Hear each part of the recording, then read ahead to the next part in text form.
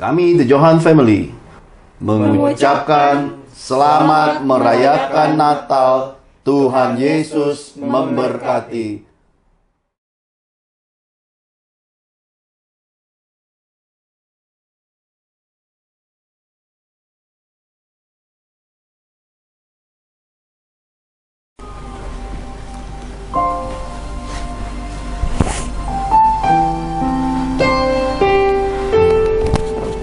Terima kasih Tuhan Yesus. Saat ini kami mau datang Tuhan, kami mau ibadah online Tuhan Yesus. Terima kasih Tuhan, hadirlah di tengah-tengah kami Tuhan. Memberkati kami semua yang ada di kota ini, di pulau-pulau, bahkan bangsa-bangsa dan lintas benua Tuhan. Engkau berkati kami semua Tuhan Yesus. Hari ini kami datang, kami bersepakat hati untuk datang memuji menyembah-Mu. Kami merayakan Engkau Sang Raja dan Juru Selamat kami. Terima kasih Tuhan. Terima kasih Tuhan Yesus. Hanya di dalam satu nama yang kami sembah selama-lamanya dalam hidup kami, Tuhan Yesus Kristus. Amin.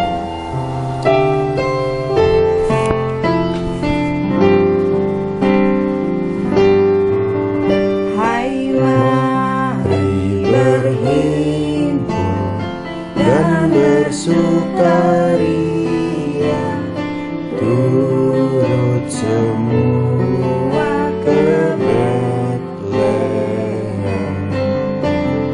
Marilah pandang Tuhan bala surga, sembah dan puji Dia, sembah dan puji Dia, sembah dan puji Dia Sang Raja.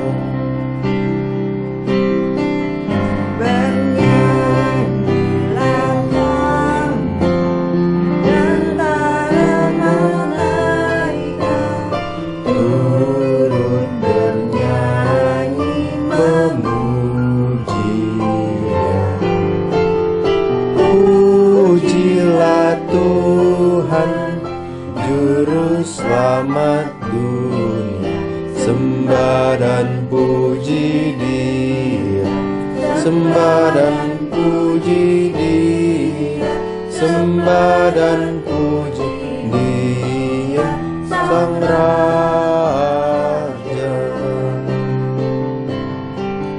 Hai mari berhimpun dan bersukaria, turut semua ke Betlehem.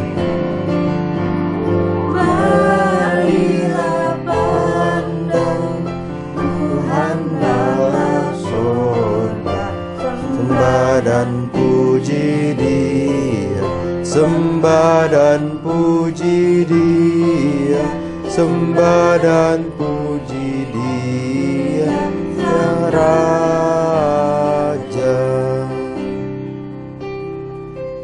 Bernyanyilah kamu tentara malaikat, turut bernyanyi memuji Dia. Pujilah Tuhan Juru Selamat dunia, sembah dan puji Dia, sembah dan puji Dia, sembah dan puji Dia Sang Raja. Sembah dan puji Dia, sembah dan puji Dia, sembah dan puji Dia Sang Raja. Sembah dan puji Dia Sang Raja. Sembah dan puji Dia Sang Raja.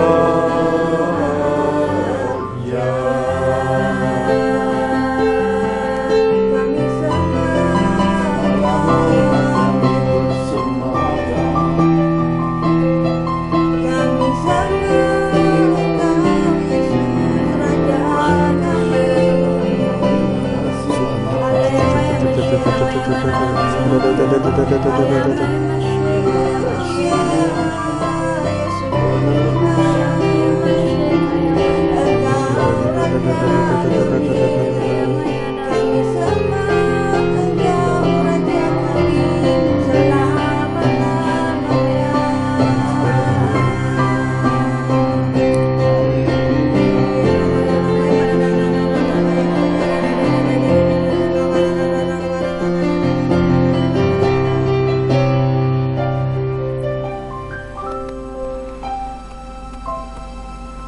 Terima kasih Tuhan Yesus.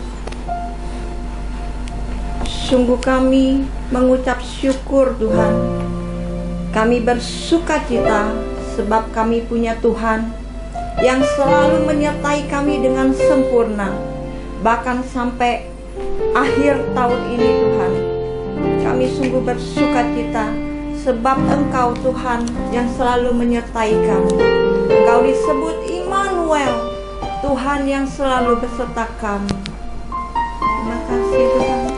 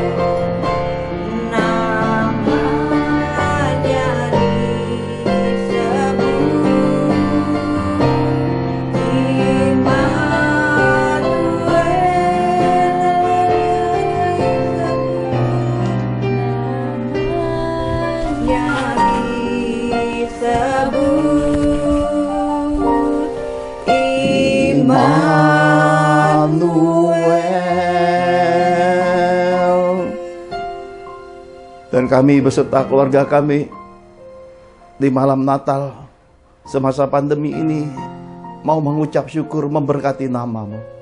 Lewat pujian Natal, lewat untayan syukur hati kami datang berterima kasih kepada Tuhan untuk nafas hidup, untuk perlindungan, untuk pemeliharaan, untuk kasih Tuhan dalam hidup kami.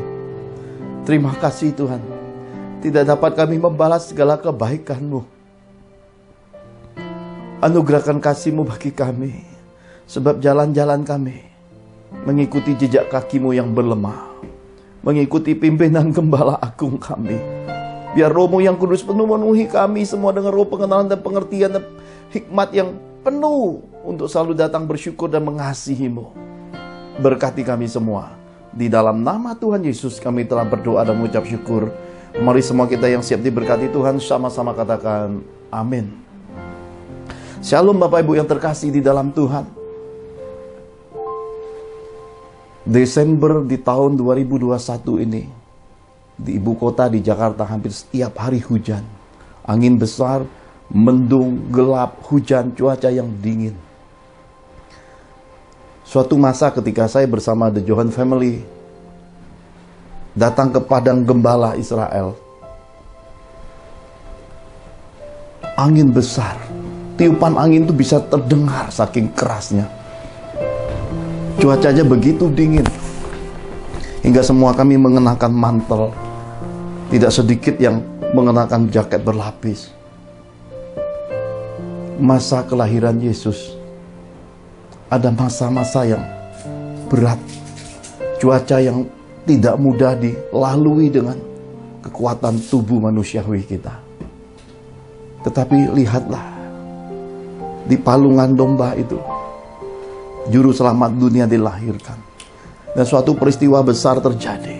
Saya ingin banyak Bapak Ibu melihat suatu peristiwa besar ini.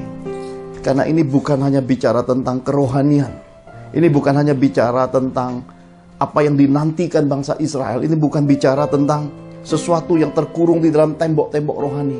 Tetapi sesuatu yang berbeda di hari kelahiran Yesus. Kitab suci mencatatnya dengan jelas. Mari kita lihat kebenaran firman Tuhan terlebih dulu. Apa yang tertulis di dalam Matius 2 ayat 1 sampai yang ke-12. Matius 2 ayat 1 sampai 12. Berikutnya orang-orang Majus dari timur.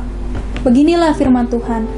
Sesudah Yesus dilahirkan di Betlehem di tanah Yudea pada zaman Raja Herodes, datanglah orang-orang Majus dari timur ke Yerusalem dan bertanya-tanya, "Di manakah dia, raja orang Yahudi yang baru dilahirkan itu? Kami telah melihat bintangnya di timur dan kami datang untuk menyembah dia." Ketika Raja Herodes mendengar hal itu, terkejutlah ia beserta seluruh Yerusalem. Maka dikumpulkannya semua imam, kepala, dan ahli Taurat bangsa Yahudi. Lalu dimintanya keterangan dari mereka di mana Mesias akan dilahirkan. Mereka berkata kepadanya, "Di Betlehem di tanah Yudea, karena demikianlah ada tertulis dalam kitab Nabi. Dan engkau Betlehem, tanah Yehuda, engkau sekali-kali bukanlah yang terkecil di antara mereka yang memerintah Yehuda. Karena daripadamu lah akan bangkit seorang pemimpin yang akan mengembalakan umatku Israel." Lalu dengan diam Herodes memanggil orang-orang Majus itu dan dengan teliti bertanya kepada mereka, "Bila mana bintang itu nampak?" Kemudian ia menyuruh mereka ke Betlehem, katanya, "Pergilah dan selidikilah dengan seksama hal-hal mengenai anak itu, dan segera sesudah kamu menemukan dia, kabarkanlah kepadaku supaya aku pun datang menyembah dia." Setelah mendengar kata-kata raja itu, berangkatlah mereka. Dan lihatlah, bintang yang mereka lihat di timur itu mendahului mereka hingga tiba dan berhenti di atas tempat di mana anak itu berada. Ketika mereka melihat bintang itu, sangat bersukacitalah mereka. Maka masuklah mereka ke dalam rumah itu dan melihat anak itu bersama Maria ibunya, lalu sujud menyembah dia. Mereka pun membuka tempat harta bendanya dan mempersembahkan persembahan kepadanya, yaitu emas, kemenyan, dan minyak. Dan karena diperingatkan dalam mimpi supaya jangan kembali kepada Herodes, maka pulanglah mereka ke negerinya melalui jalan lain. Amin. Amin. Orang-orang Majus, dalam tulisan lain dikatakan Magi, ahli-ahli nujum, ahli-ahli sihir, orang yang mengerti perbintangan, Orang-orang ini bukan orang-orang Israel. Mereka tidak tahu apa yang tercatat di dalam Taurat. Mereka tidak paham apa yang ada di dalam kitab suci. Tetapi mereka melihat suatu penampakan bintang terang. Lahirnya seorang raja besar ke muka bumi ini. Dan ini pesan Natal buat kita semua. Menjelang pergantian hari 25 Desember. Sisa beberapa detik lagi. Kita memasuki masa itu, hari itu, Natal itu. Orang-orang Majus datang untuk menyembah Yesus. Ini yang harus kita pahami hari ini. Apakah bintang Yesus masih bersinar dan bisa kita melihatnya di dalam diri kita? Apakah bintang Yesus yang terang itu kita masih ikuti hari ini? Apakah dia yang dikatakan Yohanes Pembaptis akan semakin besar dan aku akan semakin kecil itu terjadi di dalam kehidupan kita hingga hari ini?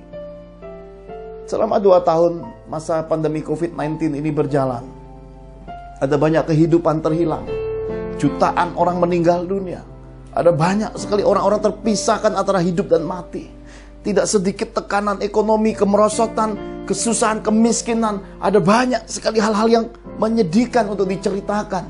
Memang tidak tertutup kemungkinan ada juga orang-orang yang diberkati semasa ujian api dan roh ini terjadi hampir 2 tahun lamanya di muka bumi.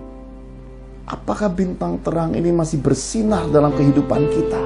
Apakah Natal semasa pandemi ini kita dan sisi keluarga kita masih punya kebersamaan? Duduk bersyukur menyanyikan Immanuel, Immanuel, memanggil namanya dengan air mata, dengan kasih. Orang-orang Majus ini telah jawaban akan kehidupan. Mereka datang untuk menyembah Yesus. Saatnya sudah tiba. Para penyembah yang menyembah dalam roh dan kebenaran akan datang tidak lagi di gunung, tidak ada lagi di bukit, di dalam tembok-tembok. Mereka akan datang melihat bintang terang itu, bintang yang akan datang semasa akhir zaman ini. Roh yang diutus, 7 kemuliaan roh Allah itu sedang menjelajahi bumi untuk menyatakan bintang terang Yesus ini, untuk mencari Anda, keluarga Anda. Saat Anda berdiam, saat Anda mendengar panggilannya, 7 roh kemuliaan Allah ini akan memenuhi hatimu dan akan memancarkan terang.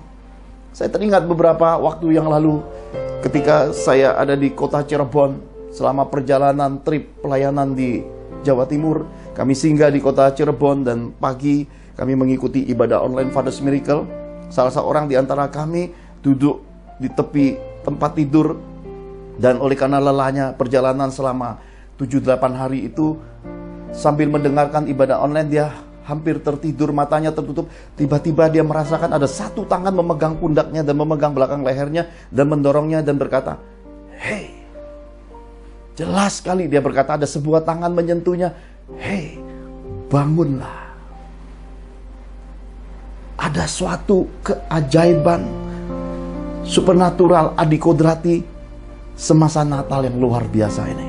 Nah, Bapak Ibu yang terkasih di dalam Tuhan, pesan Natal kita kali ini ada 4 hal di balik kehidupan orang-orang Majus, kehidupan para penyembah Kristus di akhir zaman. Yang pertama, Tuhan inginkan kita mempersembahkan waktu terbaik kita bagi Tuhan. Waktu. Apakah kita memberikan waktu terbaik bagi Yesus? Adakah waktu-waktumu engkau habiskan begitu panjang usiamu, waktu hidupmu hanya untuk hal-hal tidak berharga?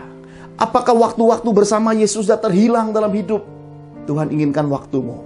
Persembahkan kembali waktumu. Waktu membaca kitab suci. Waktu bersama, quality time bersama keluarga. Waktu-waktu di mana Tuhan berbicara. Waktu-waktu di mana dalam kesendirian engkau merasakan dia begitu dekat. Tuhan inginkan waktu-waktu itu lagi. Di mana kasih mula-mula memancar keluar. Waktu ini persembahkan.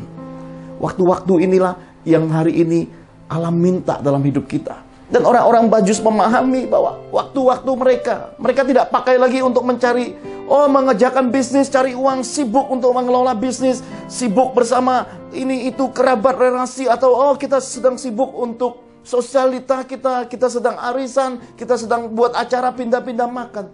Tidak. Orang-orang Majus menyadarinya, mereka mengikuti bintang itu. Mereka menemukan suatu panggilan dari kehendak Natal itu. Kelahiran Yesus itu memanggil orang-orang Majus. Dan mereka berkata, waktu kami mengikuti bintang terang itu. Keajaiban ini adalah merupakan pesan Tuhan yang pertama. Kembalikan waktu berhargamu kepada Tuhan. Persembahkan waktu hidupmu bagi Tuhan. Dan waktu-waktu hidupmu pakai untuk memuliakan Tuhan. Engkau beserta keluargamu, mari berbalik pada kasih Tuhan yang semula. Supaya waktu-waktu hidup yang singkat ini bisa jadi berkat selagi kita hidup. Dan memuliakan Tuhan sampai akhir hidup kita. Yang kedua, Tuhan inginkan kita siap sedia bayar harga, menaati, dan lakukan kehendak-Nya. Tuhan inginkan kita siap sedia mendengar apa yang tertulis dalam kitab suci. Siap sedia untuk mempertanggungjawabkan kehidupan iman. Siap sedia bayar harga dalam kehidupan ini. Tidak ada seorang pun yang dipakai Tuhan tanpa bayar harga lebih dulu. Ikuti semua sejarah biografi para pendahulu kita, orang-orang yang menerobos dalam kehidupan, orang-orang yang berkemenangan dalam iman. Semua mereka telah mengikuti langkah-langkah iman hidup mereka. Mereka telah bayar harga mahal. Abram, di dalam suatu ketakutan, dia mengakui istrinya sebagai saudara. Dalam ketakutan, dia tidak mengakui Sarah istrinya yang cantik. Dia ketakutan. Dan luar biasa bagaimana Allah melindungi orang-orang terpilihnya. Tetapi itu tidak cukup, karena suatu masa kembali Abram diuji. Anak perjanjiannya Ishak diminta Tuhan untuk dipersembahkan di Bukit Moria. Di Gunung Moria itu Abram harus membawa tumpukan kayu, membawa suatu persembahan hidup yang merupakan perjanjian Allah di dalam hidupnya. Tuhan ingin kita siap sedia bayar harga dalam kehidupan. Maka ketika suara itu berseru, Abraham, Abraham, jangan kau apa-apakan anak itu. Tuhan tidak ingin kejar hal-hal yang berlebihan dalam hidup kita. Tuhan tidak minta hal-hal berlebihan dalam hidup kita. Tetapi dia ingin hati kita. Dia ingin seluruh perhatian kita terfokus kepada dia. Dia ingin seluruh hidup kita siap sedia bayar harga. Hidup jadi pelaku firman. Hidup memahami bahwa hidup ini hanya satu kali. Hidup ini teramat berharga untuk disia-siakan, untuk kita menghabiskan hari-hari hidup kita untuk hal-hal tidak berguna. Tuhan ingin kita berbalik lagi di jalan-jalan di mana kita bersama keluarga bermazmur, bersyukur, menaikkan kidung dan pujian, dan memandang kepada Yesus dengan senyum, dengan hati yang siap menyongsong akan masa depan. Sebab kita percaya iman kita di dalam Kristus mengalahkan dunia. Pandemi ini akan berakhir. Kapan berakhirnya? Hanya Tuhan yang tahu. Badan Kesehatan PBB menghimbau di tahun 2022 untuk semua bangsa-bangsa bersatu hati untuk menyelesaikan pandemi virus corona COVID-19 ini selesai di tahun 2022. Ada banyak juga berita-berita di medsos, kiriman-kiriman forwardan di WhatsApp line yang memprediksi bahwa pandemi COVID-19 akan berakhir di tahun 2024. Tahun berapapun selesainya, tidak masalah. Bersama Yesus kita sanggup menanggungnya. Bersama Yesus kita dan beserta keluarga kita siap sedia menghadapi segala perkara yang akan terjadi di muka bumi ini. Kita sudah siap menghadapi apapun dalam kehidupan ini, sebab kita tahu bersama Yesus kita sanggup menanggungnya. Ini Tuhan pesankan sebagai bagian kedua. Persembahkanlah apapun yang menjadi bagian hidupmu untuk siap sedia untuk menyongsong Tuhan, untuk melakukan kehendak-Nya, untuk mentaati Dia, untuk siap sedia. Hidup ini adalah hidup untuk Tuhan, hidup untuk memuliakan Kristus. Haleluya. Yang ketiga, Tuhan mengkehendaki kita hidup dalam ketaatan, kemurahan, dan tanpa ikatan. Persembahkan semua yang kita miliki selagi kita hidup untuk memuliakan nama-Nya. Tuhan ingin kita belajar seperti kehidupan orang-orang Majus. Orang-orang Majus ketika melihat bintang, bagaimana mungkin orang-orang ini yang tidak memahami kitab Taurat bisa membawa perbekalan? Saya percaya dan meyakini sepenuhnya bahwa orang-orang Majus itu membawa binatang, mungkin unta, mungkin keledai, membawa peti-peti yang berisi emas, kemenyan, dan mur, dan meletakkannya di bawah bayi yang dilahirkan itu. Dia tidak berkata, buat apa bayi ini terima emas, kemenyan, dan mur. Sebagaimana di akhir zaman, di generasi akhir ini, ingin memberi persembahan kepada Tuhan, tapi mempertanyakan. Orang Majus tidak pernah dituliskan mempertanyakan, untuk apa bayi yang masih kecil ini diberi emas, kemenyan, dan mur. Lalu ada juga suatu keadaan kehidupan iman lahiriah dan memandang, wah enak dong Yusuf dan Maria, dapat emas yang banyak, kemenyan, mur pula. Hati yang berhitung ini kita mesti segera tinggalkan. Karena kita saling melukai di dalam kehidupan rohani ini, melihat kejatuhan oknum-oknum rohani, mendengar berbagai perselisihan rohani, kita terdoktrin, kemudian hati kita menjadi demikian gelapnya, kemudian kita menjadi demikian tercelanya, kita menganggap segala sesuatu dalam kehidupan ini kita yang ngatur. Kita lupa orang-orang Majus semasa kelahiran Yesus tidak mengatur dirinya. Mereka mengikuti pimpinan roh di dalam dirinya. Saya percaya semua hal baik yang datang dalam kehidupan manusia selalu diilhami oleh Roh Kudus Allah. Roh yang membawa Yesus lahir ke dunia ini, bila masuk ke dalam diri seseorang, seseorang akan berbeda. Dialah Ruah Elohim, dialah yang membuat imago Dei itu kembali. Tuhan ingin kita, apapun yang kita miliki, kita bawa kepada Tuhan. Tidak lagi ada suatu ikatan memiliki. Jangan lagi ada sifat-sifat berhitungan sebagaimana dunia selalu berhitung. Jangan lagi hanya untuk cari untungnya apa ya, ruginya apa ya. Mari belajar menempatkan iman. Iman berdasarkan firman adalah iman yang murni dan mencapai kualitas tertinggi dalam kehidupan. Pegang iman, lakukan iman, dan berpegang pada firman-Nya, maka hiduplah jadi pelaku firman-Nya. Tapi Pak Pendeta, saya kan hidup saya butuh uang. Seluruh dunia butuh uang, tetapi uang tidak jadi jaminan dalam kehidupan. Uang adalah sesuatu yang menjadi takaran tuan dalam kehidupan. Orang bisa memiliki tuan sebagai kehidupannya adalah uang, mamon, tapi juga memiliki Tuhan. Maka ada banyak onum-onum rohani jatuh ketika menempatkan antara pelayanan dengan mamon sebagai satu kesatuan pelayanan. Pada akhirnya mamon, uang akan lebih menguasai. Kenapa? Karena daya tarik dunia ini lebih menyenangkan. Sementara ikut Yesus harus pikul salib, harus sangkal diri, harus belajar hidup jujur, berkualitas, dan berintegritas dalam kehidupan, konsisten jadi pelaku firman. Karena Tuhan mencintai orang-orang yang adil dan setia dalam kehidupan.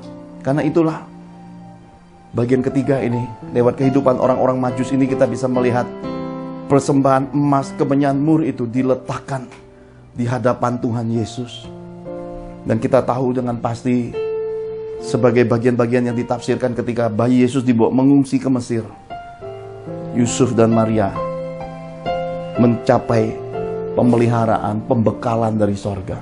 Sebab untuk kemuliaan Tuhan terkadang di dalam hidup kita, kita ditempatkan untuk menopang suatu pelayanan. Di dalam hidup kita terkadang kita terpanggil sebagai bendahara sorga. Kita terus menopang, kita tidak mengerti, tapi kita tahu bahwa ini adalah perintah Tuhan. Sebagaimana orang-orang Majus tidak pernah mempertanyakan, kenapa lahir di palungan, kenapa tidak lahir di kerajaan. Mereka tidak pusingkan semua itu karena mereka melihat suatu panggilan, bintang Christmas, bintang terang Natal Yesus itu berdiri tepat di atas palungan di mana bayi itu diletakkan. Dan mereka meletakkan semuanya menurut pimpinan roh.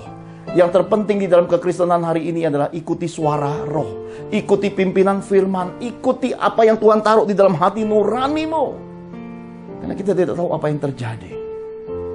Saya percaya satu hal dalam kehidupan, tidak ada yang menjadi suatu kebetulan. Segala sesuatu ada dalam rencana Allah dalam kehidupan ini. Saya percayai bukan suatu kebetulan ketika pandemi diizinkan Tuhan terjadi. Belum selesai gelombang kedua yang masih ada sisa-sisa dari COVID-19 varian Delta. Tiba-tiba sudah masuk lagi versi varian baru Omicron. Bahkan sebelum Omicron mewabah, yang saya prediksi mungkin akan masuk di bulan-bulan Maret. Ya, saya prediksi di bulan-bulan Maret Omicron akan mewabah lagi atas seluruh dunia. Tetapi saya percaya juga satu hal. Ketika kita datang kepada Yesus, membawa persembahan doa, persembahan yang dikehendakinya, mentaati Dia, kita bisa menggerakkan hati Tuhan untuk memulihkan kota, memulihkan bangsa, bahkan memulihkan bangsa-bangsa. Doa orang benar bila dengan yakin dan percaya didoakan akan besar kuasanya. Jangan tahan apapun di dalam hidupmu ketika Allah menggerakkan engkau. Jangan simpan apapun yang ketika Allah berkata kosongkan. Jangan merasa memiliki dan kemudian hidup berpegang dan hatimu berpaut kepada mamon. Sebab di mana hartamu berada, di situ hatimu berada. Engkau tidak punya kemerdekaan roh. Hidupmu terikat, engkau khawatir. Engkau dalam ketakutan. Mari belajar mencapai damai sejahtera. Hidup dalam sukacita sorga Yesus.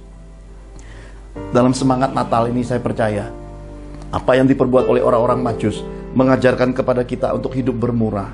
Berani hidup di dalam tindakan kasih. Sebab kasih itu lebih berbahagia memberi daripada menerima.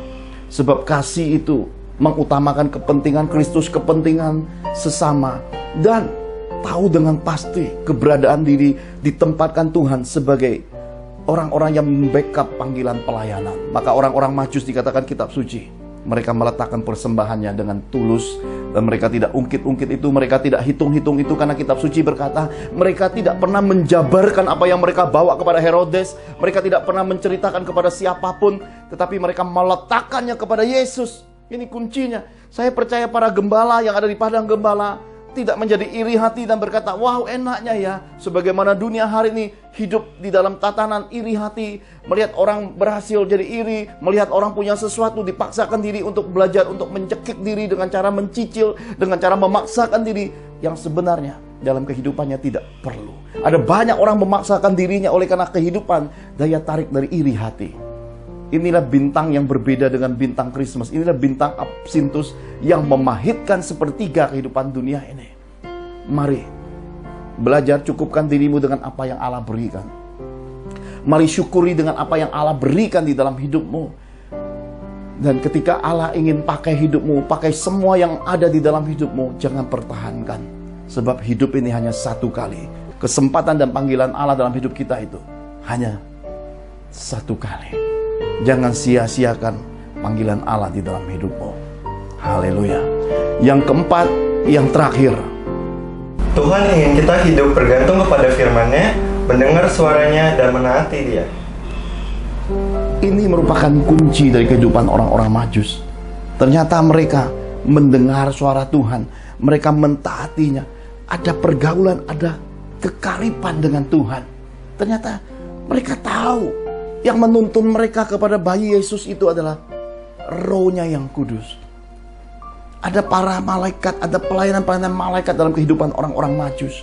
Jadi saudara-saudara terkasih, saya menemukan di dalam kehidupan akhir zaman, revival Tuhan akan menembus tembok-tembok rohani. Tuhan akan pakai generasi di luar tembok untuk menyatakan pencurahan roh sebagaimana dinubuatkan Nabi Yoel akan turun bagi generasi muda. Bahkan orang-orang berusia juga akan dipakai dalam mimpi penglihatan. Akan datang hari kegerakan itu, kegerakan revival pertobatan besar-besaran di muka bumi ini. Siapkan dirimu, dengar suara Tuhan, belajar mengenal suara Tuhan.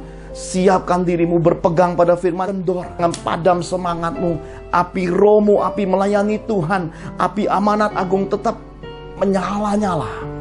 Siap sedialah untuk dipanggil Tuhan, dipakai Tuhan, dan bergerak dalam kemuliaan. Dari satu kemuliaan menuju kemuliaan yang lebih tinggi. Saya menemukan inilah makna dan pesan Natal dari Tuhan di tahun 2021 ini. Hiduplah sebagai penyembah-penyembah Tuhan dengan 4 hal yang diberi sebagai persembahan yang hidup kepada Yesus. Siapkan dirimu bersama keluargamu untuk dipakai Tuhan. Siapkan dirimu bersama keluargamu untuk meraih kesempatan yang datang lagi. Setelah terbuang, setelah terhilang, tercampakkan, setelah direbut si jahat setan dalam hidupmu. Siapkan dirimu kembali. Allah ingin pakai engkau. Tuhan ingin pakai engkau. Tuhan ingin pakai keluargamu. Dan Tuhan akan pakai seluruh keberadaan dirimu. Segala kepunyaanmu akan dipakai untuk memuliakan Tuhan. Haleluya. Ini pesan Natal. Dan sebagai pesan pembuka 25 Desember 2021. Sebelum kita memasuki tahun baru 2022, kita akhiri ibadah Natal ini. Saya Pastor Johan bersama The Johan Family. Johan Family mengucapkan selamat merayakan Natal. Tuhan Yesus memberkati. Mari kita angkat kedua tangan kita untuk menerima berkat Bapa Surgawi pada dimensi Natal Kristus. Haleluya. Saudara-saudara, mari kita bersatu dalam doa. Mari kita berdoa. Bapa dan Ibu yang terkasih dalam Tuhan Yesus, terimalah berkat-berkat Natal Bapa Sorgawi. Hidupmu, keluargamu, bisnismu, pelayananmu kiranya semakin diberkati Tuhan, sehingga benih-benih sorgawi semakin dicurahkan melimpah bagi kita semua. Terimalah berkat Bapa Sorgawi, Yesus, dan Roh Kudus. Dalam nama Tuhan Yesus Kristus sama-sama kita katakan, amin. Amin. Tuhan Yesus memberkati. Tuhan Yesus memberkati.